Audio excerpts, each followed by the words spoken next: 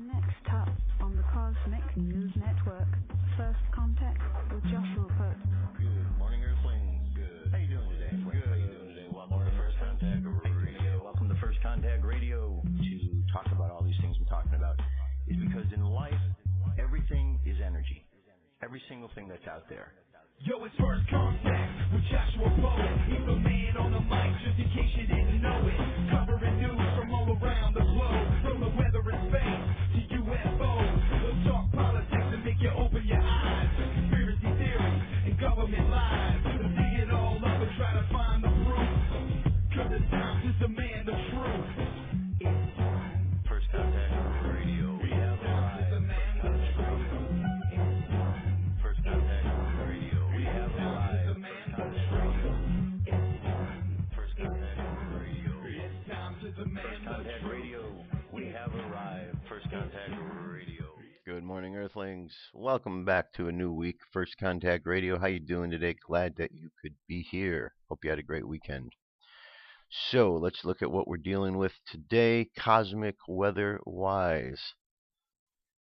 All right, first thing we see here is our moon sign is in Taurus. So the unconscious mind is in an earth sign. Earth is stable. Earth doesn't move. But when it does, there's something big going on like an earthquake because it takes a lot to move the earth. So if the earth is moving, something big's going on. So our subconscious mind being in the earth, we're in a position of stability. And the tarot card that represents the card of the Taurus, which would be the Hierophant, the spiritual teacher. And the Hebrew letter assigned to this card, Va, means nail or hook. The whole idea is in order for us to be effective here on earth, we have to be able to hook the spiritual to the physical. To hook the spiritual to the physical. Because if we just exist only as a physical being without that spiritual connection, then we're not fully connected. Okay, so it's very important we bring that spirit down. Spirit with the fire, the water, the air. Because otherwise the earth is just the earth. And that in itself doesn't get the job done. So we have Taurus, which is our moon sign, our unconscious mind dealing with the physical world. Practical things. How do we bring spirit into these practical things that we're doing? The conscious mind is in a transition phase. Yesterday, or actually we could see here today that at 10:48 p.m. our sun sign goes to the next sign, which is Capricorn. Capricorn is also an earth sign. So here where we are now, we're at Sagittarius. It's a fire sign. It's our current sign of the conscious mind. It's going to make a transition. So we've been dealing with fire, ideas, dealing with the higher self. Okay, but now we're moving to an earth sign later tonight, Capricorn. This is the sign of Capricorn. Why is it the card of the devil?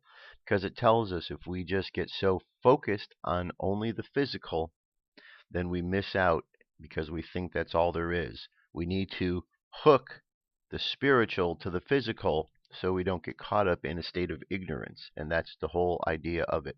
Pretty simple pictures. If we hook the spiritual with the physical, we can overcome the issues going on. Because you can see you got 3 characters here, 3 characters here. You could overcome this. This is all about illusion. So our unconscious mind dealing with Capricorn these next couple days is dealing with the idea of looking through the illusion of the physical world. Does that mean the physical world is bad? Not at all. We are here in this physical world. We need to operate effectively in the physical world.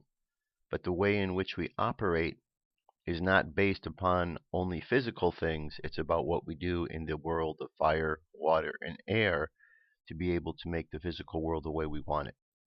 If we're not seeing the fire, the water, and the air, and we think there's only the earth, then we're in an illusionary state, which is what that card is all about. So we get out of that illusionary state. Again, I'm going to talk about this particular thing right here, the star. A star represents a symbol of man, a person. You got the 2 arms, the 2 legs. They represent the star and the head, a 5-pointed star. But when that star, and if you imagine the crown chakra being the top of the star, say we're looking at the star this way, right? There's the crown chakra right there, the top of the star. the legs and the bottom of the stars where the butt would be, right? So if the energy is coming in first from the crown chakra, hitting the top of the head first, it's coming in through the spiritual centers. If it's flipped upside down, as in the case here, the energy coming in isn't hitting the crown chakra first, it's hitting the chakra at the lower part of the spine, and that's the chakra that deals with the physical world, the sexual energies, the primal energies. So if the energy comes in there first, that's what we're dealing with. We need to flip that energy upside down so the star is right side up. So the energy is coming through the crown first. The crown first, as opposed to the backside, because the backside is just, as I like to say, ass backwards on the way the energy should flow. Okay? So that's what we're dealing with. That's what's coming up. So we're getting in this last phases throughout the day of the conscious mind in Sagittarius, this last bit of fire before we go into the illusionary phase of Capricorn. 6:30 a.m. we had a nice positive aspect here, a sextile with Neptune, all about looking at things from a new perspective. 7:39 a.m. Mercury, our communication, and the wounded healer are in sextile. So there's a nice opportunity for us to be able to communicate what's going on, what needs to be healed, so we can fix the issues. 6:53 p.m. tonight, the moon is in a trine with Neptune. Excuse me, that's not Neptune, that would be Pluto. Deep transformation. So we got some transformative activities taking place tonight. Okay, so we have some transformation that needs to occur with Taurus.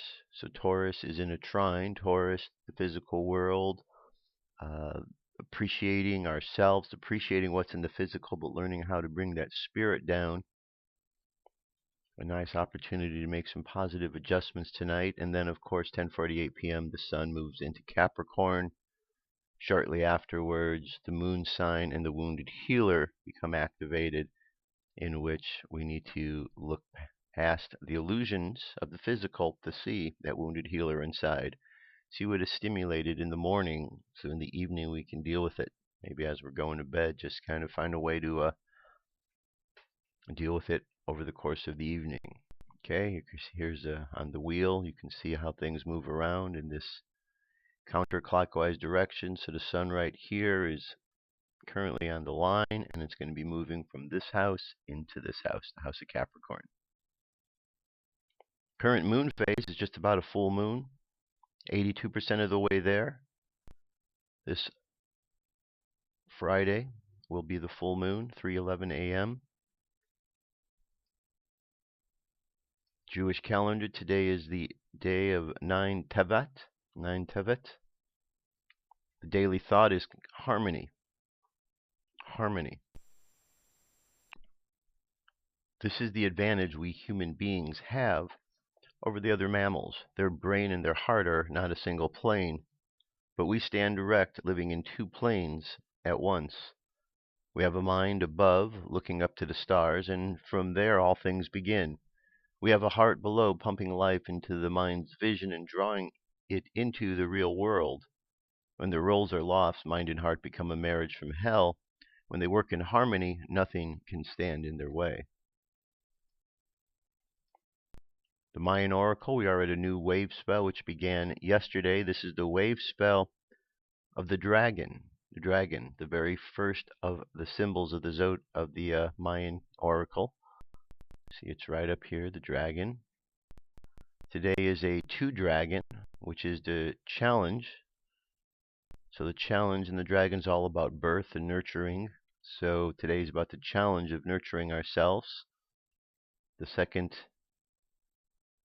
aspect after that would be the wind, which is inspiration.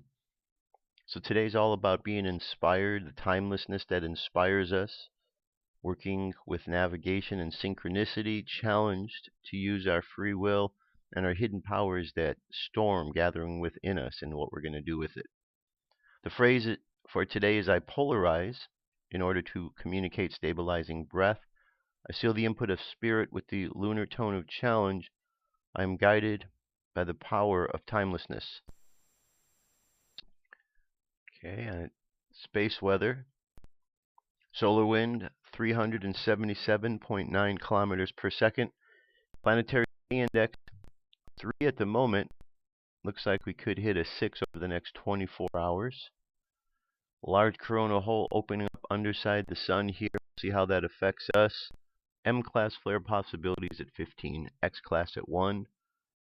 Geomagnetic storm activity is subsiding in the mid-latitudes, dropping from 30 to 15.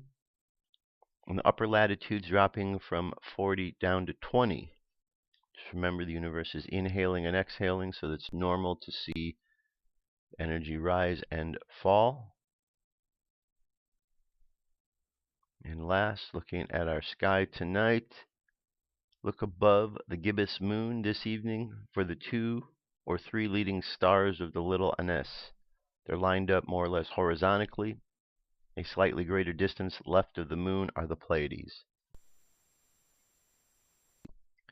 All right, so there you go. That's our cosmic weather for today. So prepare for the changing of the weather. We're going from a conscious mind of fire to a conscious mind of earth. So when it's earth, we're dealing with things of the earth, the physical things.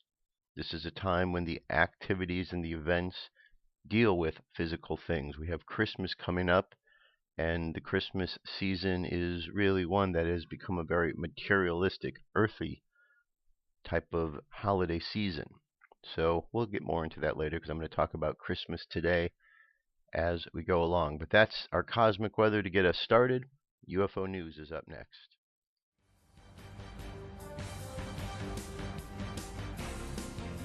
This is the UFO News with Joshua Poet. All right, Dirk. Thank you very much. So today I have 5 stories. First one here goes to Western China, December 13th. The short 15-second footage is more than enough to tell it's not a missile or a rocket. This is a glowing morphing UFO over China, caught on the 13th, and many people entered the Sinai Webelo forum and exclaimed the disbelief at what they saw in the night sky. With hundreds of eyewitnesses, it cannot be not denied that they saw something. Okay. And here's the video itself. It says in Western China, a number of witnesses around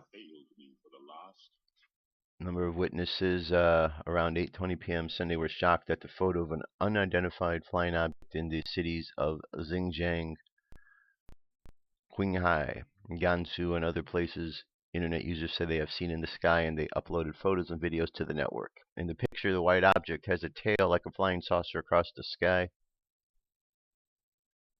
The Nitsan refers to the UFO, and it looks like anti-missile or anti-satellite because the halo wake is similar to that of a DF-41D missile. Our hearts are racing. What is this unidentified flying object? Okay, so there's a good image right there. I'd like you to take a good look at it. Tell me what you think this might be. But it definitely is very interesting indeed. Okay, let's move from there to the next story here. This next story, if I can get to it here, because it has this box in front of it for some reason. And it doesn't want to. There we go. There we go. Okay. Arizona, triangular UFO over golf camp. There's our object in question. Strange triangular shape. Okay, Terce Melenio is apparently his videos are not allowed in this country for some reason. Don't know why that is, but we do have the image. Strange triangular shaped object was caught on tape over Dove Mountain in Marana, Arizona. This happened on the 7th of June. More info at the video below, but you can't see the video below because you're not allowed to watch videos by Tercer Milenio here in America for some reason. Huh. I'll have to look into why that is and who is regulating that. Studying videos of multiple UFOs over Santiago, Chile. No description, just the video itself. It's dated the 20th of September. UFOs WLG. Okay.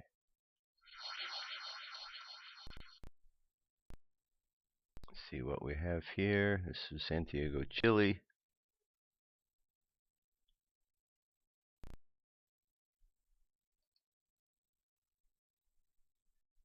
Okay, this is one that's not letting me find the fast forward button here.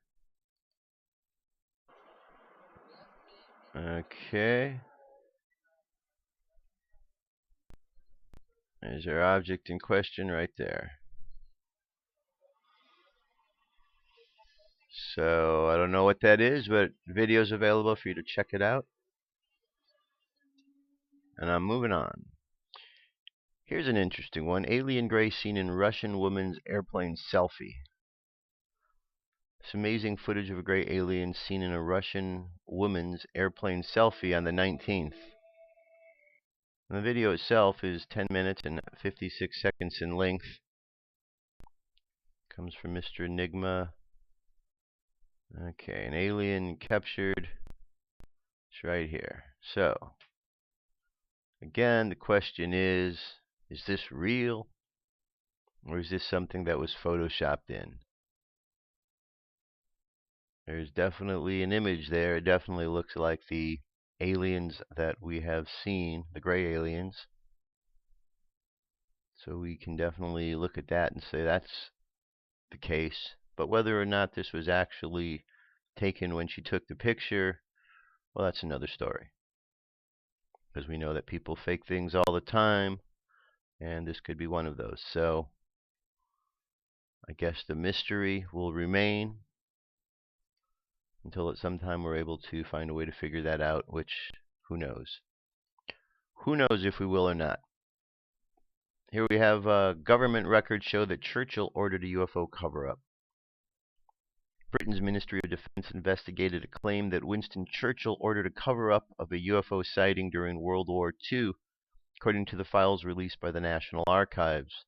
Documents from the MOD unit assigned to deal with public inquiries about UFOs show that civil servants took seriously a claim that the wartime leader knew about a mysterious craft spotted by an RAF crew. The allegation came from a member of the public whose grandfather had acted as one of Churchill's bodyguards during the later stages of the war. The correspondent, whose name had been blocked from the released files, wrote in August 1999 to ask about an incident over the British coast in the 1940s when the airmen saw a metallic object draw alongside their aircraft and hover nearby. The man said, "My grandfather witnessed the discussion of the event by both Mr. Churchill and Mr. Eisenhower of the United States and the great concern that it caused in both countries. During the discussion with Mr. Churchill, a consultant dismissed any possibility that the object had been a missile, since a missile could not suddenly match its speed with a much slower aircraft and then accelerate again." Another person at the meeting raised the possibility of an unidentified flying object, at which point Mr. Churchill declared that the incident should be immediately classified for at least 50 years and its status reviewed by a future Prime Minister. The correspondent urged the MOD not to dismiss my attempts to pursue the matter as trivial or motivated by the crackpot thinking. The MOD followed the wishes, but was only able to find records relating to Churchill's general interest in UFOs. In 1952, the leader ordered his staff to investigate the theory of UFO sightings. What does all this stuff about flying saucers amount to? What can it mean? What is the truth? A minute in the MOD file observes, "I propose to respond robustly, advising that we are unaware of any closed defense records on the subject dating from the time of World War II and referring to the public offered now the National Archives and the Cabinet Office. The released file is one of more than 3,500 cases that came to the attention of the MOD in the period between 1995 and 2003. All right, a lot more to the article. I'm going to leave it to you. I mean, whenever I hear these stories, it's just amazing that somebody could take it to their discretion to say, we're going to close this information and not look at it for 50 years. It's as if somebody just wants to turn a blind eye to it and wants everybody else to turn a blind eye to it. It's very bizarre. Just imagine where we'd be in the world if instead of all the cover-ups of events that happened with these different craft, if we had actually took them seriously, investigated them. Just think how much further along we might be instead of being the beings that we are these days, running around clueless, looking up at the sky in amazement at some flying things that have been flying around for thousands of years. Very bizarre, very bizarre, very bizarre. All right, I'm going to jump away. I'll be back. Stay tuned. What if our government was responsible for some of the greatest crimes against this nation? Would you really want to know? These are big questions, but these questions deserve answers. It's time to demand the truth. People should not be afraid of their governments. Governments should be afraid of them. 9/11 was an inside job. Kennedy was killed by the CIA. Jimmy Carter saw UFO. Answers to secrets you need to know. So wake up, wake up, wake up, wake up. Wake up, wake up, wake up. Wake up, wake up, wake up, wake up. Wake up, wake up, wake up.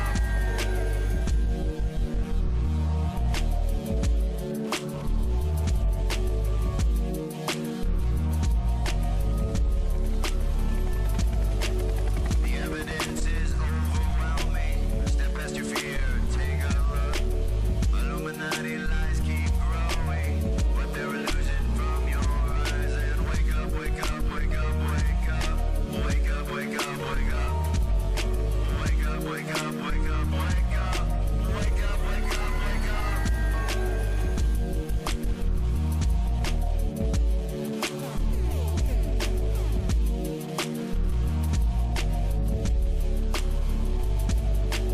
What would our founding fathers say if they were alive today? Must be turning in their graves. Redcoats are coming, big brother's watching. Wake up, wake up, wake up, wake up. Wake up, wake up, wake up.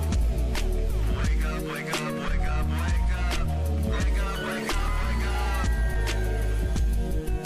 What if I land and two if I see? And I and the opposite shore will be ready to ride and spread the alarm through every Middlesex village and farm. Whenever any form of government becomes destructive of these ends, it is the right of the people to alter or abolish it. When a long train of abuses and usurpations, pursuing invariably the same object, evinces a design to reduce them under absolute despotism, it is their right, it is their duty to throw off such government and to provide new guards for their future security.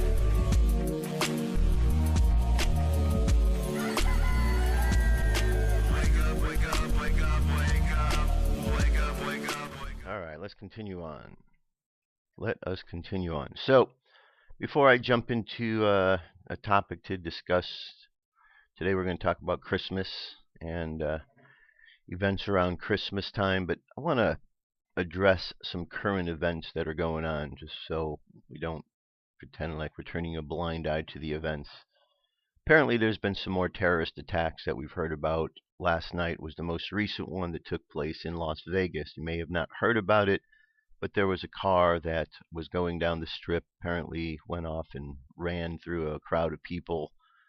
There's supposedly a number of people killed, close to 20 in some of the reports.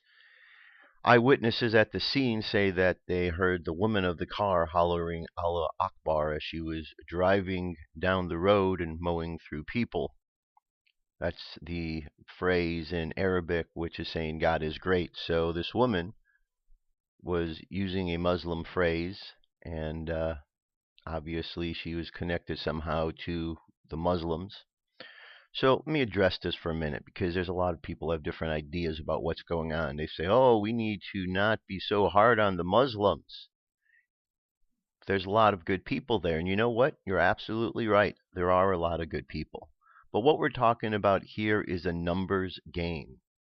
You see, the larger the numbers of the groups, when you have a percentage, it means the percentage of them is larger. So we have international statistics that show us, and these are statistics that come from intelligence reports of intelligence agencies around the world, across the globe, or the planet. So you have to get used to not saying globe. Across the planet, we have these intelligence experts and analysts who determine that within the Muslim community, 1 out of every 5 is a potential radical. 1 out of every 5, that's 20%. That means out of 100 people, 20 of them are potentially radical. You have 1.2 billion Muslims. 20% of that is quite a big number. That's hundreds of millions. Okay? 20% of a billion is into the hundreds of millions. That's a lot. That is a whole lot of people that could be potentially causing problems. So let's look simply at the United States, because we don't have 1.2 billion Muslims coming here, but they say they want to bring 10,000 in. 10,000, 20% of 10,000 would be, what, 20,000? Or 2,000, excuse me. 2,000. So if you bring 10,000 Muslims into the country, with a statistic of 20% being extremists, that means you've brought in with that 10,000 upwards of 2,000 extremists. Imagine what 2,000 extremists could do if they were scattered throughout the United States. You could put some in each one of the states, and you could cause a whole lot of problems. So it's not that there are peaceful Muslims out there, because we know there are, just like within every religion. But what we do know is there are a lot of extremists within the mix.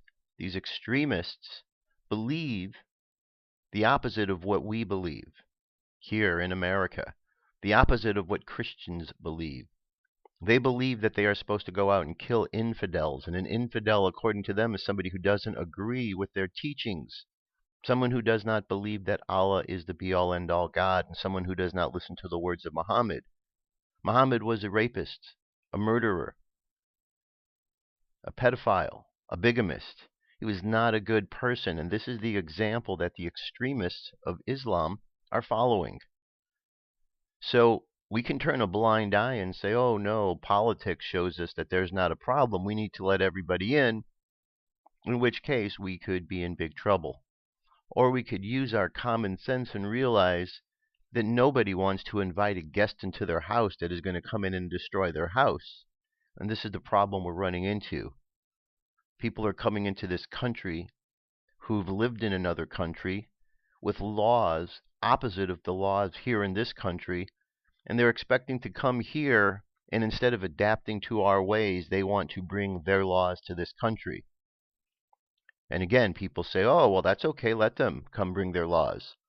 Ladies, let me tell you this.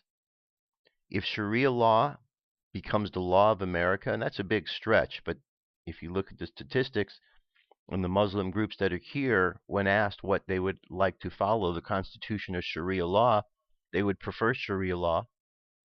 When you hear that the Muslim groups that are coming over saying that they want to outbreed all the other populations so there's more of them, if that ever got to be the case and Sharia law was put in place, ladies, you're not going to have the freedoms you have right now, because under Sharia law, women are subservient to men. There's no equality. That means you'd have to give up your driver's licenses. You'd have to give up all the rights that you have. You'd have to adopt the burqas and the clothing so that you would not be the same as you are in society now.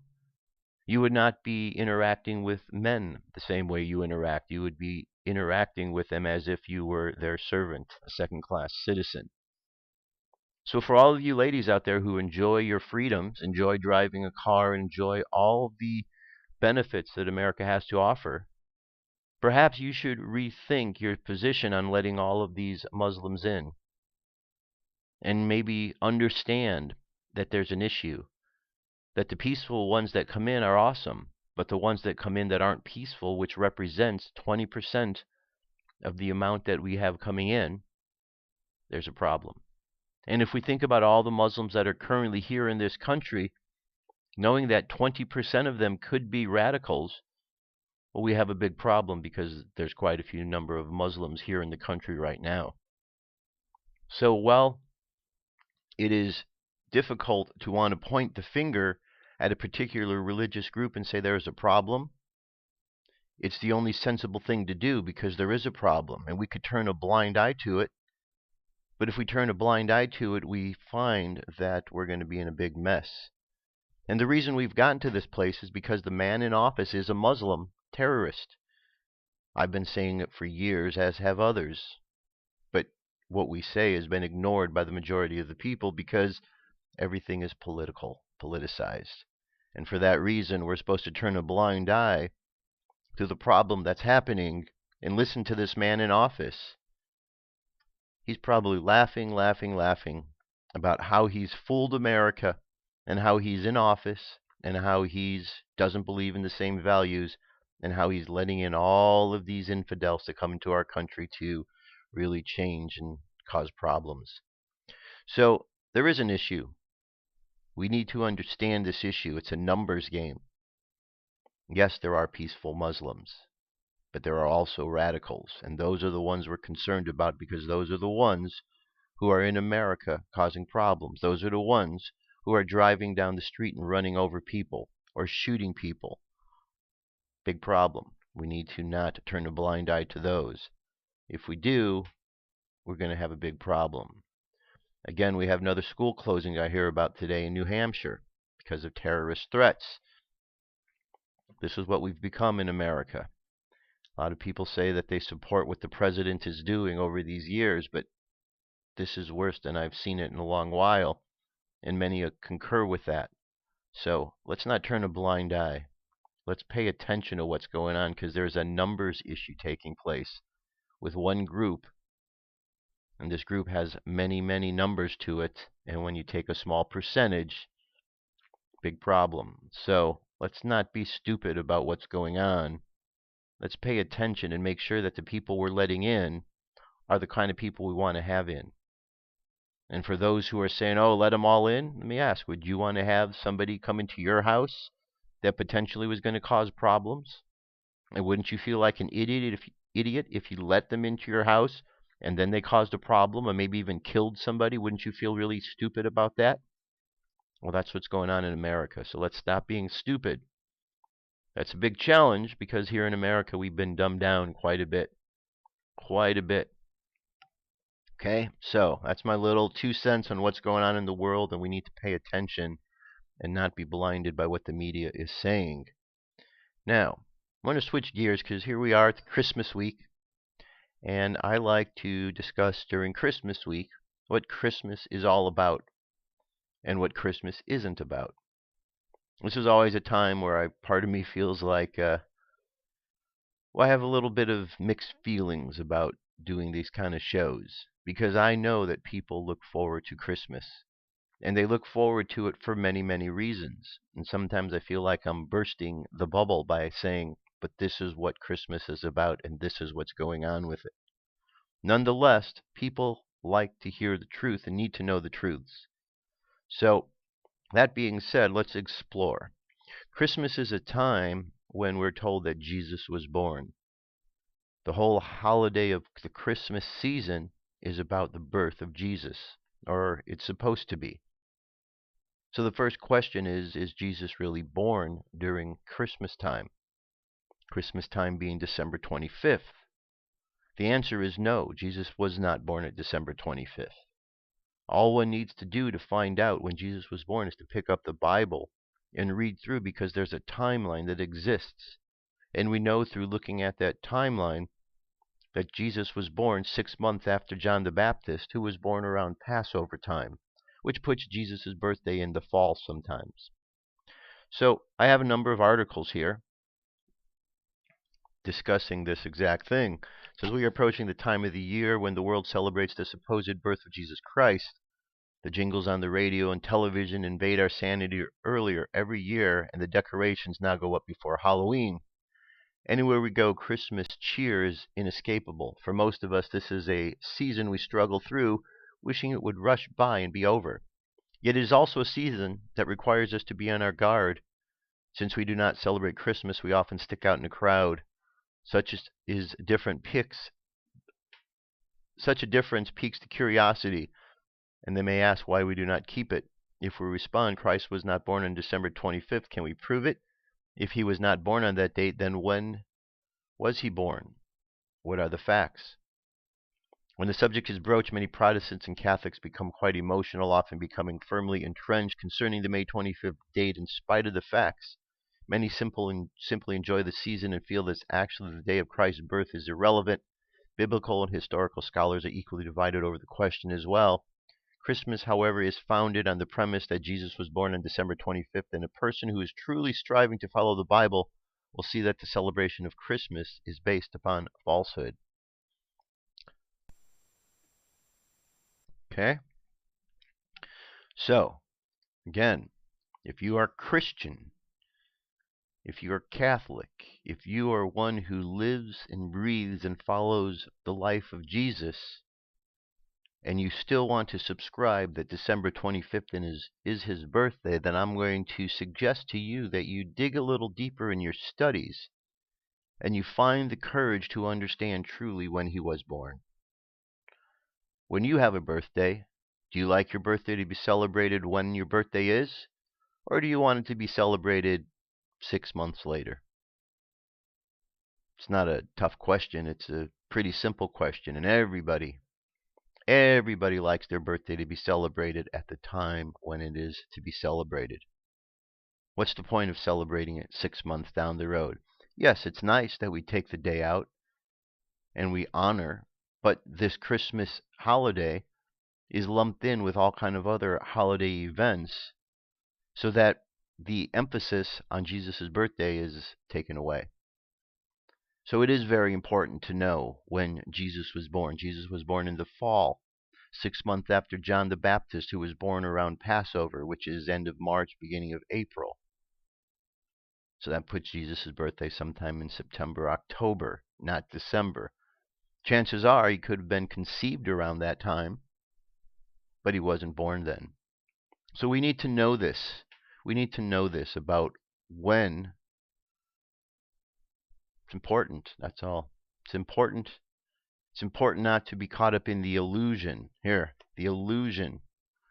It's an illusion, okay? The physical world tells us, but the Word of God tells us otherwise. So who are we going to believe? The Word of man or the Word of God? Man wants to lump everything together. Here's another article for you. Biblical evidence shows Jesus Christ wasn't born on December 25th. History convincingly shows that December 25th was popularized as the date for Christmas, not because Christ was born on that day, but because it was already popular in pagan religious celebrations as the birthday of the sun. Lacking any scriptural pointers to Jesus' birthday, early Christian teachers suggested dates all over the calendar. Clement picked November 18th. Hippolyrus figured Christ must have been born on a Wednesday. An anonymous document believed to have been written in North Africa around AD 243 placed Jesus' birth on March 28th. A careful analysis of Scripture, however, clearly indicates that December 25th is an unlikely date for Christ's birth for two reasons. First, we know that shepherds were in the fields watching the flock at the time of Jesus' birth, but shepherds were not in the fields during December. According to Celebrations, the complete book of American holidays, Luke's account suggests that Jesus may have been born in the summer or early fall, since December is cold and rainy in Judea, and likely the shepherds would have sought shelter for their flocks at night. Second, Jesus' parents came to Bethlehem to register in a Roman census. Such censuses were not taken in winter, when temperatures were often dropped below freezing and roads were in poor conditions. Taking a census under conditions would have been self-defeating. If Jesus wasn't born December 25th, does the Bible indicate when he was born? Absolutely. The biblical accounts point to the fall of the year as the most likely time based on the conception and birth of John the Baptist. Since Elizabeth, John's mother, was in her 6th month of pregnancy when Jesus was conceived, We can determine the approximate time of the year Jesus was born if we know when John was born. John's father, Zacharias, was a priest serving in the Jerusalem temple during the course of Abijah. Historical calculations indicate the course of service corresponds to June 13 through 19 in that year. It was during this time of the temple service that Zacharias learned that he and his wife Elizabeth would have a child. After he completed his service and traveled home, Elizabeth conceived. Assuming John's conception took place near the end of June, adding 9 months brings us to the end of March, most likely time for his birth. Adding another 6 months, the difference in the ages brings us to the end of September, as likely the time of Jesus' birth. So, while Christmas is being celebrated this year, celebrate it. Celebrate Jesus. But understand that his birthday was actually another date. So make it an extra celebration, an extra day you're thinking about when Jesus was born. Also understand that Jesus would be Yeshua, because there was no letter J at that time. Therefore, Yeshua is the actual name. Jesus is the way we refer to it here in English, here in America. Yeshua is truly what the name is. So if we are going to honor Yeshua, then it seems important, one, that we should know his name, and we should know when he's born. And if you're a Christian or a Catholic or someone who is following the life of Yeshua, and you don't know these things, then I'm going to suggest to you that you continue to do a little bit more research, because it's very difficult to claim that you follow and understand about the mission of Jesus Christ, yet you don't understand his real name and when he was really born. So if you don't understand those things about him, what else is it possible you don't understand? Just something to consider. And here's another one. Common misconceptions about Jesus' birth. It's about 2,000 years ago, the evening, December 25th, Mary rides to Bethlehem on a donkey, urgently needing to deliver her baby. Although it's an emergency, all the innkeepers turn them away. So they deliver baby Jesus in a stable. Then angels sing to the shepherds. Afterwards, they all join 3 kings with camels in worshiping the quiet newborn. The problem is the story may be entirely wrong. The events surrounding the birth have been retold so many times and in so many ways in plays, poetry, books, and movies that the people have a distorted view of true events. The only accurate record is found in the Holy Bible. Did Mary ride a donkey to Bethlehem? Perhaps, but there are various other possibilities. The Bible doesn't say how she got to Bethlehem. It only says she came with Joseph. Did Mary arrive in Bethlehem the night she gave birth? Well, the Bible does not suggest this. They could have arrived weeks earlier. God's word simply states that while they were there, the days were accomplished that she should be delivered. Arriving in the town well before a due date would make more sense. Did they talk to any innkeepers? Perhaps. There is no solid biblical reason to believe they did. Was Jesus born in a stable, or a barn, or a cave? The Bible does not mention any of these 3 places in connection with his birth, only a manger. Scripture simply reports that they laid Jesus in a manger because there was no room for him in the guest room. The Greek word used in the Scripture is kataluma, which can mean guest chamber, lodging place, or inn. The only other time the word is used in the New Testament, it means a furnished large upper story room with a private house, is translated guest chamber, not an inn.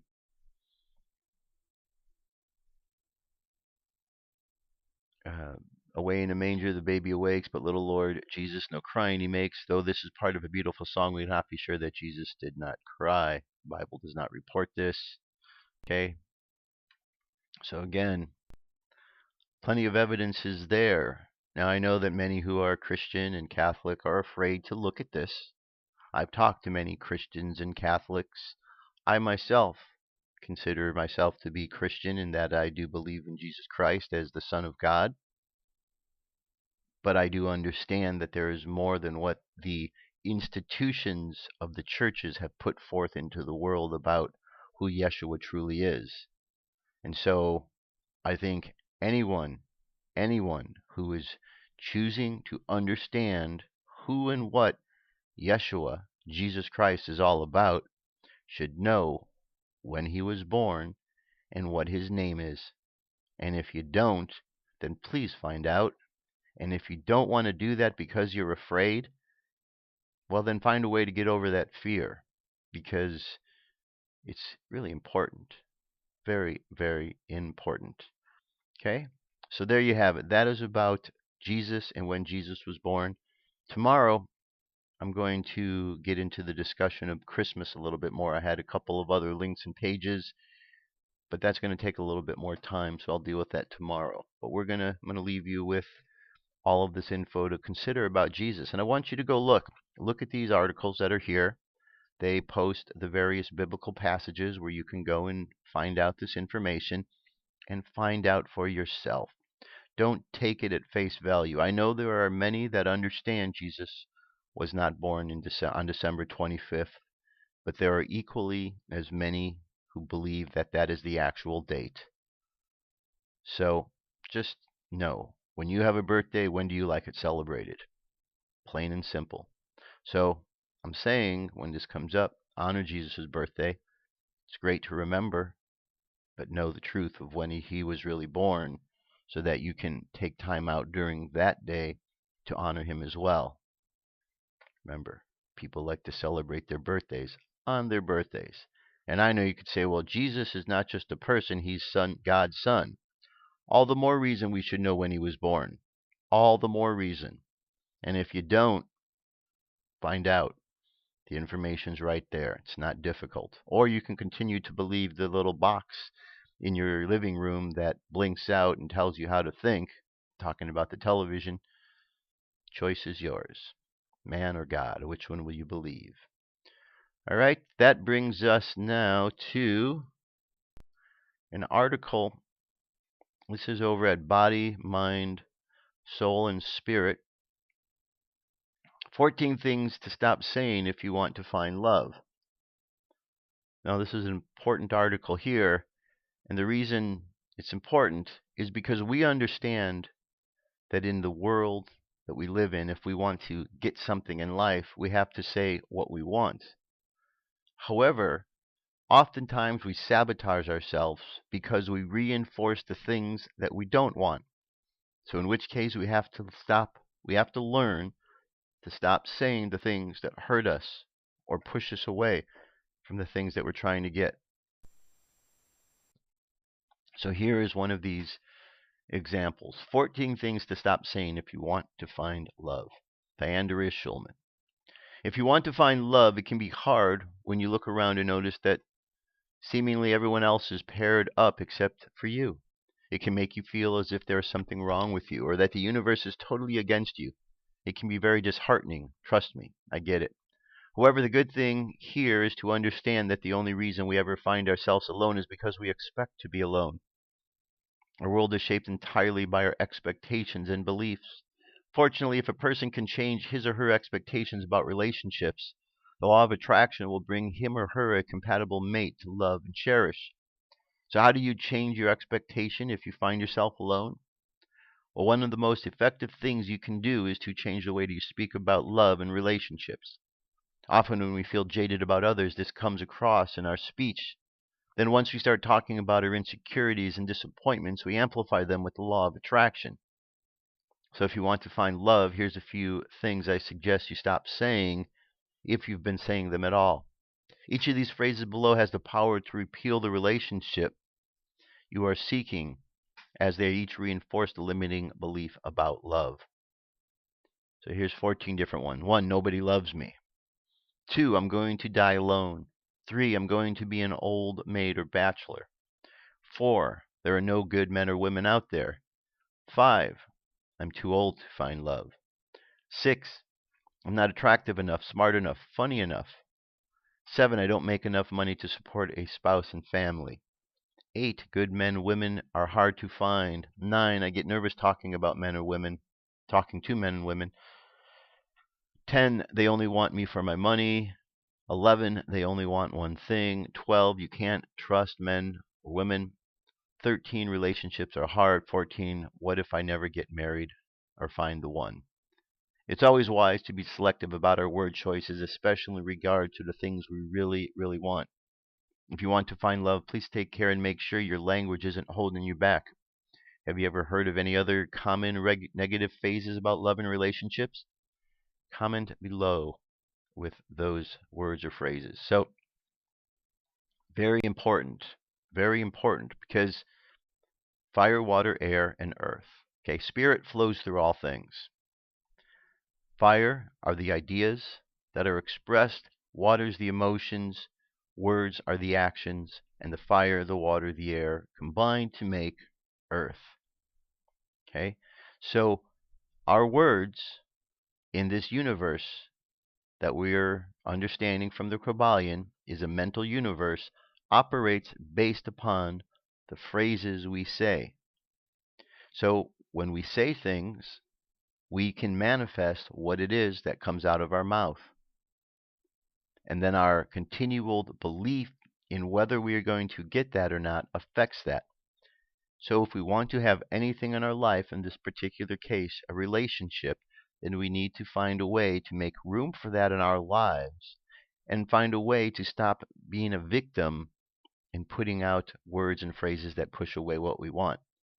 First thing is to recognize that we are doing that, because oftentimes it's just something that we do without even thinking about it, because that's what life shows us. We turn on televisions and we see commercials that reinforce all of the things we don't want over and over and over again.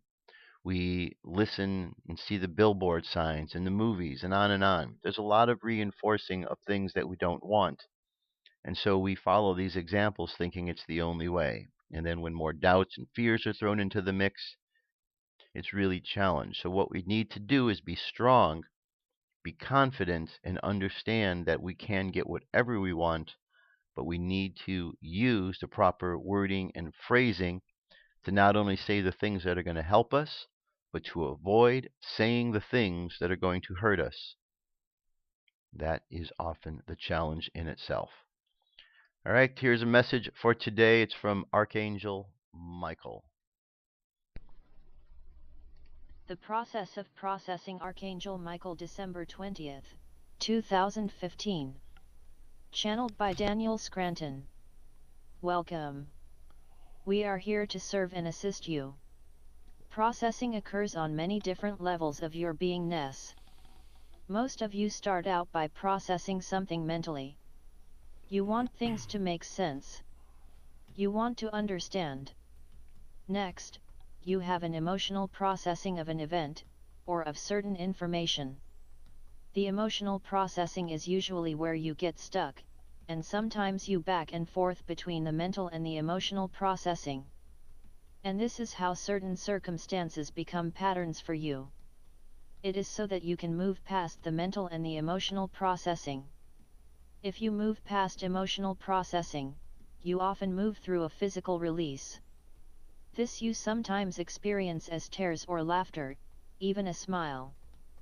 Finally, you have an energetic processing. This is where integration occurs.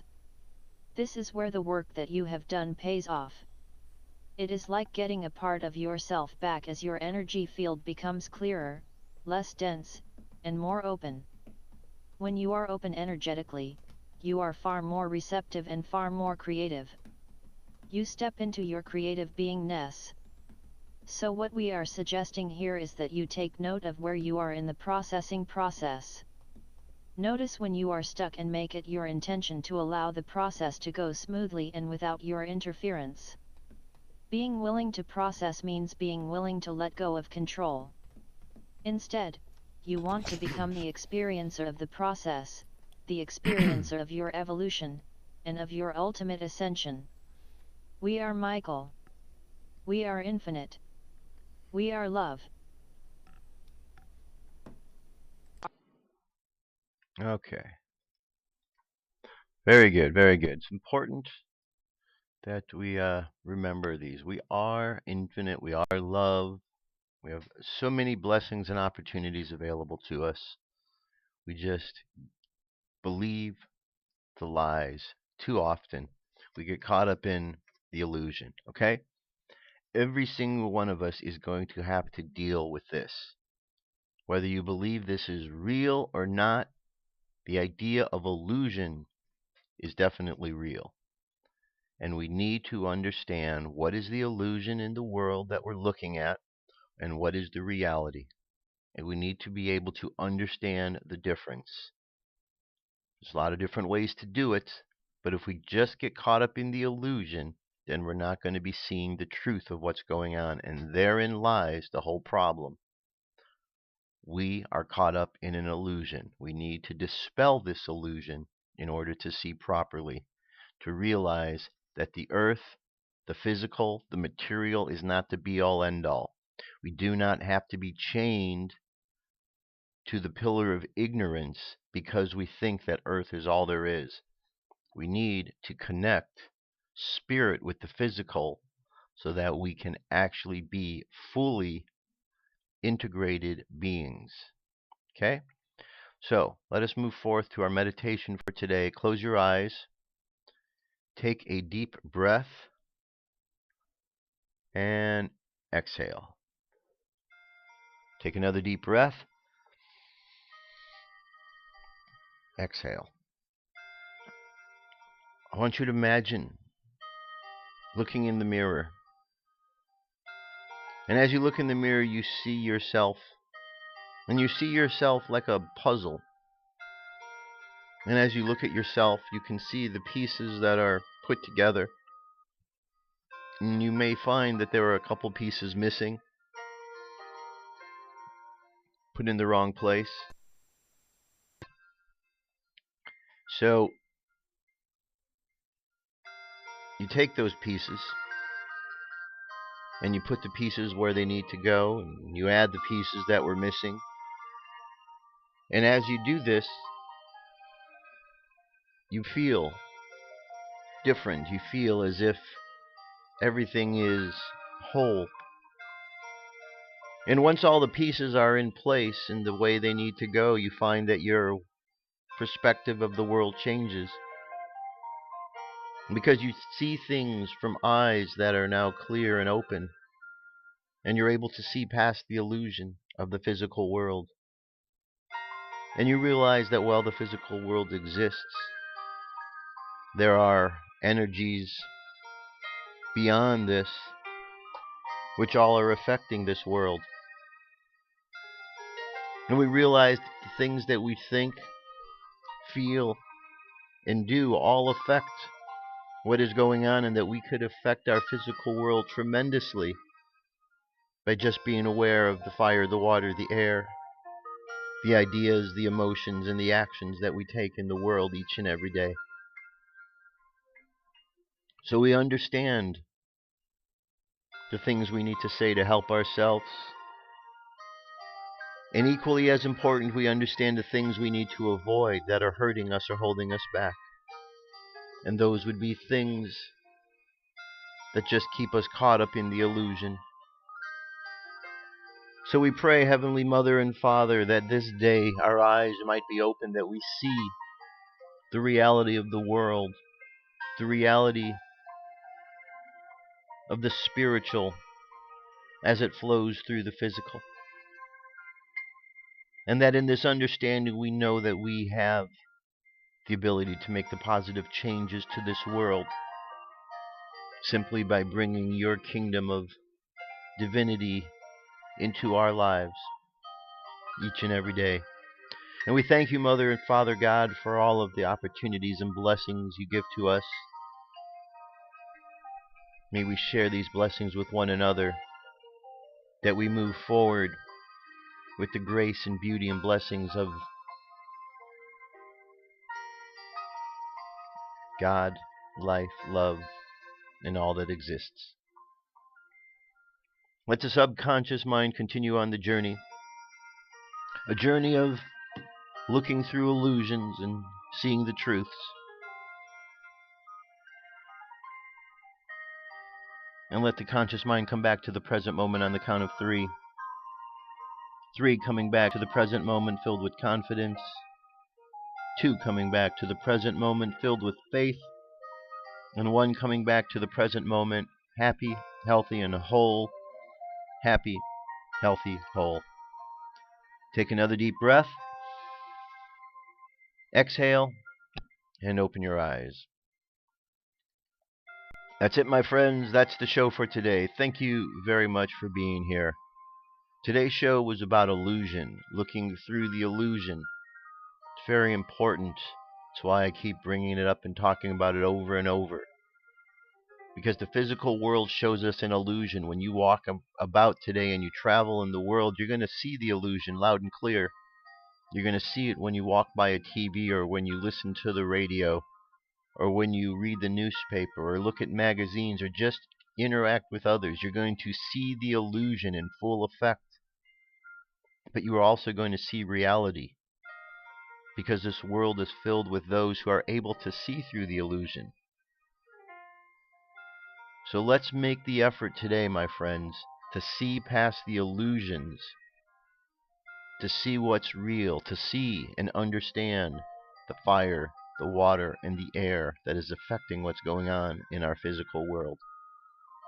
And let's not get caught up in the lies of those who are wanting to keep the illusion alive, because there are plenty of those, and we know who they are. We just get caught up in their stories and believe them far too often. It's time for that to end. Time for us to know the truths and stand in the truths. And that's up to me, and it's up to you, and each one of us. Because we can't do it for each other. We can only remind each other of what needs to be done. And then everyone needs to be strong enough to do this, to follow the examples of others who are doing this as well. We're all in this together, my friends. We are the ones we've been waiting for. So let's stand up and let's be the truth that we know that we are. That's it for today's show, my friends. I'll be back tomorrow. Have an awesome day. I'll talk to you soon. I love you. Peace. Keep loving each other. I'm out of here.